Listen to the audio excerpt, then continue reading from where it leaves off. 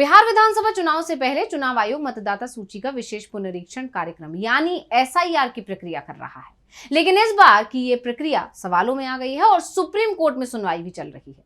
और कोर्ट में जो दलीलें याचिकाकर्ताओं की तरफ से दी गई हैं, उससे एक बात तो साफ हो गई है कि अगर जो आशंका दिखाई दे रही है वो सच साबित होती है तो बिहार में इस बार पूरी की पूरी चुनाव प्रक्रिया ही सवालों में आ जाएगी। इंडिया गठबंधन की तरफ से अभी से जो संकेत दिए जा रहे हैं, जरूरत पड़ी तो चुनाव बहिष्कार भी हो सकता है।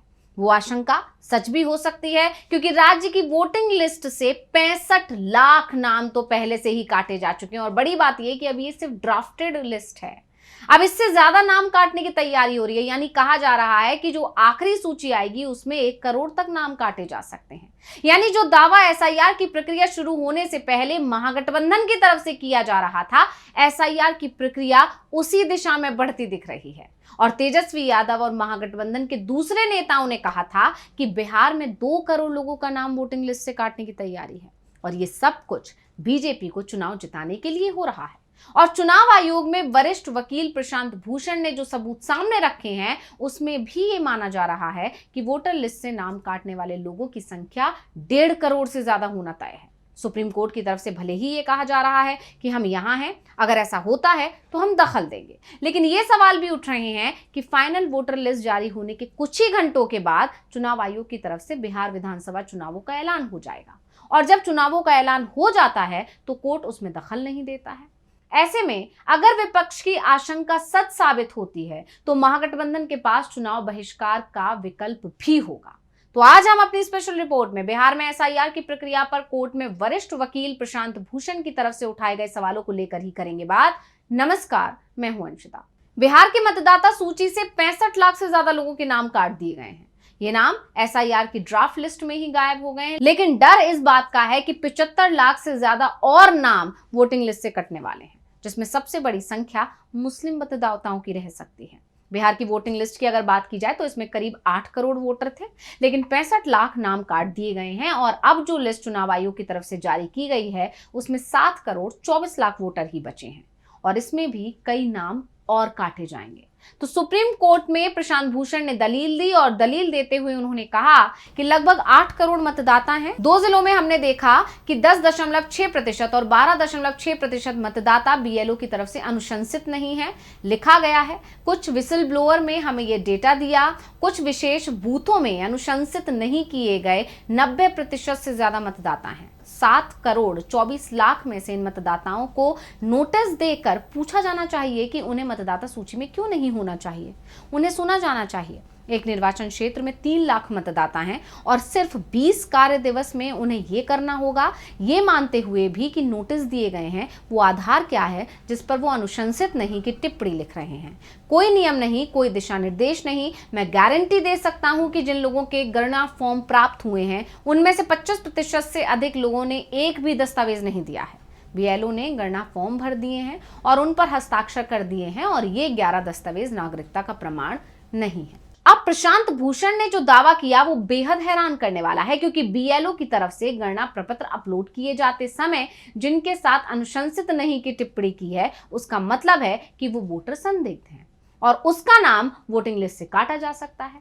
इसके साथ ही अगर भूषण का ये दावा कि 25% लोगों ने कोई दस्तावेज गणना प्रपत्र के साथ जमा नहीं कराया है, तो ऐसे में 1 करोड़ 80 लाख से ज्यादा वोटरों के नाम काटे जा सकते हैं। अगर पहले के 65 लाख नाम जोड़ दिए जाएं तो यह संख्या 2 करोड़ 45 लाख से भी ज्यादा हो जाती है। और सुप्रीम कोर्ट में प्रशांत भूषण ने यही बात रखी। उन्होंने कहा कि ये पहचान और जन्म स्थान के प्रमाण हैं। लाल बाबू हुसैन मामला साफ करता है कि वो इस तरह नागरिकता तय नहीं कर सकते। बड़ी संख्या में लोगों के पास एक भी दस्तावेज नहीं है। लगभग 40% लोगों के पास केवल मैट्रिकुलेशन प्रमाण पत्र है, लेकिन कुल मिलाकर 50% से ज्यादा लोगों के पास एक भी दस्तावेज नहीं है। अगर ये भी मान लें कि 10% लोगों को नोटिस दिया जाता है तो इसका मतलब है कि प्रति निर्वाचन क्षेत्र 30,000 लोग होंगे। वो 20 कार्य दिवसों में सबकी सुनवाई करके फैसला कर देंगे। जब वो अंतिम मतदाता सूची प्रकाशित करते हैं तो चुनौती देने का समय नहीं होता, क्योंकि चुनाव होने वाले होते हैं। इस पूरी तरह से मनमाने तरीके से मतदाता सूची को अंतिम रूप देकर उन्होंने अपनी नियति पूरी कर ली है। तो याचिकाकर्ताओं की तरफ से ये सवाल किए जा रहे हैं कि आखिर एसआईआर की प्रक्रिया चुनावों के बाद क्यों नहीं हो सकती, क्योंकि 30 सितंबर को एसआईआर की प्रक्रिया पूरी होगी।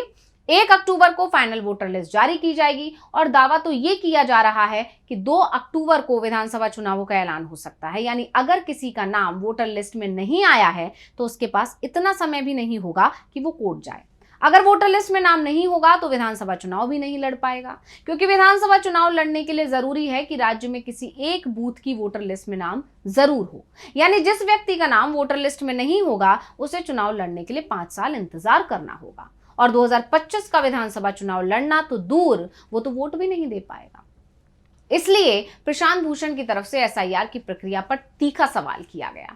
उन्होंने सवाल किया कि चुनाव आयोग जो कर रहा है उसकी दुर्भावना 4 बातों से साफ दिखाई दे रही है। पहला, उन्होंने पहले अन्य राज्यों के लिए इस तरह की प्रक्रिया पर नाराजगी जताई थी। नंबर 2, आधार, राशन, ईपीआईसी कार्ड को ये कहते हुए स्वीकार करने से इनकार कर दिया था कि ये नागरिकता का प्रमाण नहीं है, मानो अन्य दस्तावेज नागरिकता के प्रमाण हो। नंबर 3, हटाए गए 65 लाख लोगों के नाम कारण सहित सार्वजनिक करने से इनकार कर दिया। उनका कहना है कि उन्होंने कुछ बीएलओ को बूथ स्तर की सूची दे दी है, तो मतदाता को यह पता लगाने के लिए उनके पास क्यों जाना चाहिए कि उनका नाम हटाया गया है या नहीं। नंबर 4, पहले ड्राफ्ट रोल खोज योग्य था, इसे 4 अगस्त के बाद जानबूझकर हटा दिया गया ताकि कोई खोज ही ना हो सके। अब प्रशांत भूषण और याचिकाकर्ताओं के दूसरे वकीलों ने भी सुप्रीम कोर्ट से कहा कि वो चुनाव आयोग को आदेश दे कि वोटर लिस्ट और जिन लोगों के नाम वोटर लिस्ट से हटाए गए हैं उन्हें पीडीएफ फॉर्मेट में दे। साथ ही ये मशीन रीडेबल फॉर्मेट में होना चाहिए, जिससे इस लिस्ट को आसानी से चेक किया जा सके और अगर कुछ गलती भी है तो उसे आसानी से पकड़ा भी जा सके। तो प्रशांत भूषण की जो दलीलें हैं उन पर अब चुनाव आयोग बुरी तरह से घिरता हुआ दिखाई दिया है सुप्रीम कोर्ट में। राहुल गांधी ने भी जब कर्नाटक में कथित वोट चोरी का खुलासा किया था तो उन्होंने भी यही कहा था कि चुनाव आयोग ने अगर हमें रीडेबल मतदाता सूची उपलब्ध कराई होती तो हम 10 से 20 या 40 सीटों पर हुई वोट चोरी का खुलासा आसानी से कर सकते थे। यानी यहां पर राहुल गांधी जो दावा कर रहे हैं वही बात वकीलों की तरफ से सुप्रीम कोर्ट के अंदर भी कही जा रही है और इसीलिए चुनाव आयोग चौतरफा घिरा हुआ दिखाई दे रहा है। अब मामले में सुनवाई चल रही है लगातार। एक बार फिर 14 अगस्त को सुनवाई होनी है और इस दिन फिर दलीलें रखी जाएंगी याचिकाकर्ताओं की तरफ से। साथ ही चुनाव आयोग भी अपना जवाब देगा। देखना होगा कि सुप्रीम कोर्ट अब क्या रुख अपनाता है इस पूरे मामले को लेकर। तो स्पेशल रिपोर्ट आपको कैसी लगी हमें कमेंट करके अपनी राय जरूर दीजिएगा। इसी के साथ मुझे दीजिए इजाजत। देखते रहिए डीवी लाइव। नमस्कार।